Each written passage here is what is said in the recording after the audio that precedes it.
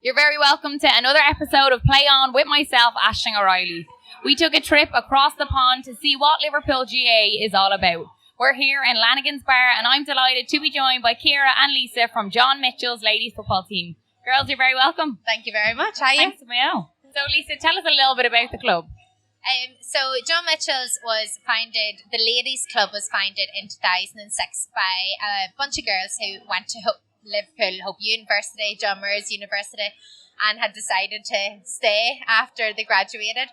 And they played their first championship games and league games in 2007, and they went on in their first year to actually win the All Britain Championship. Oh, wow. And then progressed to the All Britain or the All Ireland quarter final, but they lost out in that. But I thought it was a good achievement for the first year. Amazing, yeah.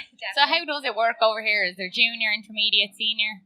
So in Britain itself, it's a junior and intermediate competition. Every club that starts in Britain starts off junior, and if you win the junior championship, you progress then into the intermediate championship. And so is there many clubs around you? You're intermediate now yourselves. Yeah. So is there many intermediate clubs around here? So in the immediate area, there's 3 clubs, but we're the only intermediate club. Okay. We have to travel a bit far afield to play our games. Britain's divided into 2 sections for the championship. It's the north and the south.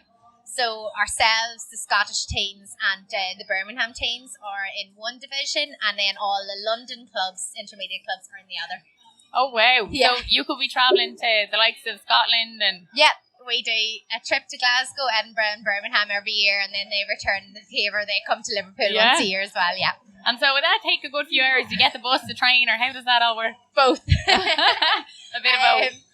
Bus is our least preferred option. The trains over here are quite good, so we do prefer the train. So it's a nice journey up as a team, up and down when we get the train. A bit long-winded when we get the bus. And then you get out and play the game then after all that. Yeah, we usually give ourselves about 2-3 hours like at the pitch in total, so we get there good and early to kind of stretch our legs after a long journey and then get onto the pitch, yeah. Jeez, fair play.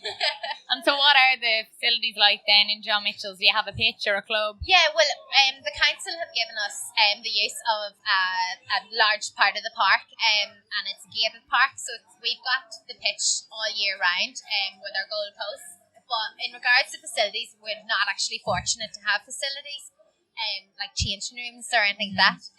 However, the local school and the local sports club give us their changing facilities if we need them.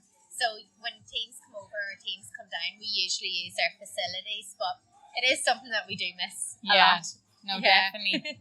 And so how does it work then with, like, just some years do you have, like, a lot of players might be going to uni, and then you might come to next year and they might be finishing up, or... Yeah, so the club has gone through a few transitions in the 12 years it's been established.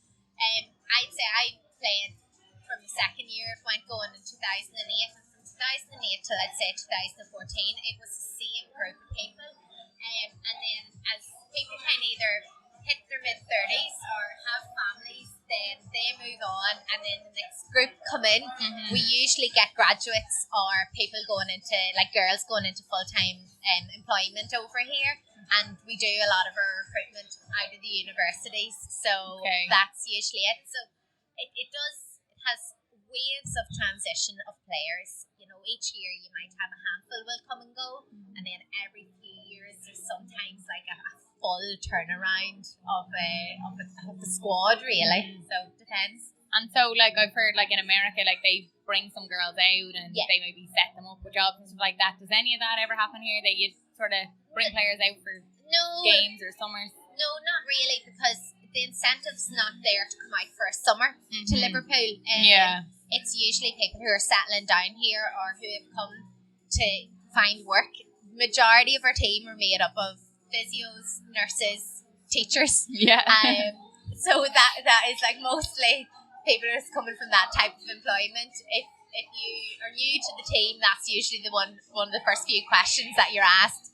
What's your job? Are you a teacher or working for the NHS? And so, homegrown players, is there a lot of girls that maybe, I know we have Ciara here now, going to tell us all about your story. Like, there's a lot of girls that actually are born, bred from Liverpool. So they are starting to break the barrier into our senior team now. Ciara's been playing since she was 7, 8, or 6?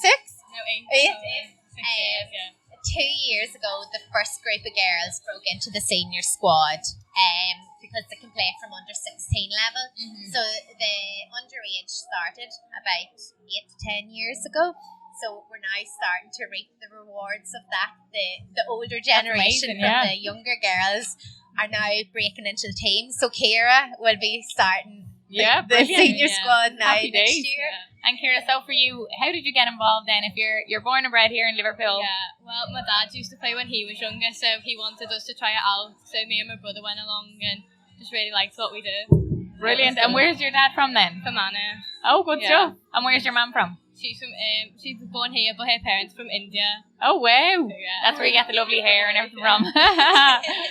And so your dad played them back in Fermanagh, and you just thought he tried to get you involved. Yeah. And you just loved it from the minute you started playing. I started playing. It was just really good fun. And so back in school, like, would your friends know what GA they wouldn't have any idea what I was going on about. Oh God! Yeah. And would they come out and give it a go with you? Maybe some of my friends have come along and joined the team, but not many of them do. So yeah, it's good. The ones that have come are really good, so it's good for the team. Yeah. And would any of them play like maybe soccer and stuff? And quite a few. They do. Play soccer and then football, and then like hockey and things like that. We all play, so bit of everything. Yeah. And do you play soccer at all, or is it just? Yeah, I play a bit of soccer, bit of hockey, bit of everything. Oh, so I'm going to ask you now, what's your favourite sport? Gaelic football. Yeah. Right answer. And so, what is your best achievement now so far?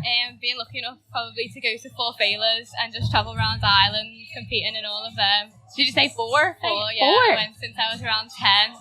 Oh my God. Really young when I started. Jeez. So you must, what age were you in your first one then? 10, I think. 10? Yeah. So that was the year they changed the boundary of the ages. Okay. So it used to be 11, and we were just so lucky that the year Ciara had turned 10, they actually dropped the age. Like the age for it. Oh, brilliant. So you got lucky then, you got going? Yeah. A nice little trip to Ireland then. Yeah, it was good, yeah. Do you remember the counties that the Failures were on? Yeah, we've been to Cavan, Sligo, Kerry, and then, is that it? Where was this year? Sligo. Yeah. Oh wow. Yeah. Jeez, very good. Yeah. So the Failures are probably your best memory. Yeah. It's probably the crack with everyone going out playing all the games. Yeah. Oh, unreal. And so did I hear as well you might have played in Croke Park? Yeah. Already, and you're only 14, is it? Tell us a little bit about that. We played for the men's final at half time when I was really young when I first started. We played at half time then, that was really good. So the men's final? Yeah. So like 80,000 people, like 82,000 people or more? Yeah. Wow. And so what was it like running out on It was nerve-wracking, but it was so fun. Playing with everyone we knew especially. So it was good, yeah. And what is the hope then, like say for John Mitchell's? Is it to push on to senior level and? Well, in Great Britain we can't go to senior level here because the club's not here. But if we were to go back to Ireland and win the intermediate championship at home, you have to play the senior championship, so you would end up having no competition here. But the hope for the club really is it's the growth of it. When it was first started, it was just about providing football for the girls that were living in Liverpool, starting families and keeping to your Irish roots. But as the years have gone on and a lot of the girls now have families, the focus is now on the underage as well as the senior team. So it's a growth of the club really. So the whole aim every year when we set out is how we are actually getting underage amalgamated and like integrated into the senior team, into the ladies team, and like how we grow our numbers at both the underage and the adult stage. We've been lucky some years where we've had an intermediate and a junior team because our squad has been that big. And like when you have those years, you're more successful as a club. Oh, big time, yeah. Yeah, so that's what we strive for that every year. Yeah, no, definitely. And so would there be many teams then in Liverpool, even in the junior? And so we have a local rival, it's the Wolf Tones. So they're a junior team here. And like we play them often. We're fortunate that we have a lot of university teams. Although they're not in club championship, we get to play loads of friendlies with them, and so you get an extra games and have a bit of fun as well. So you get like for their their season sort of ends as ours is starting, so you have them games as well, which is really good. And Lisa, for you, so you were the chairwoman there previous? Yes, I was taking time out because of the baby. Yeah. But yeah, chairperson for the club now for I think 4 or 5 years, can't remember. But it was like a really good job to do because I got injured playing Gaelic football, so I stopped playing for a few years in 2014. And decided to go into that side of it because I wanted to keep involved, and that's when I started to coach Ciara.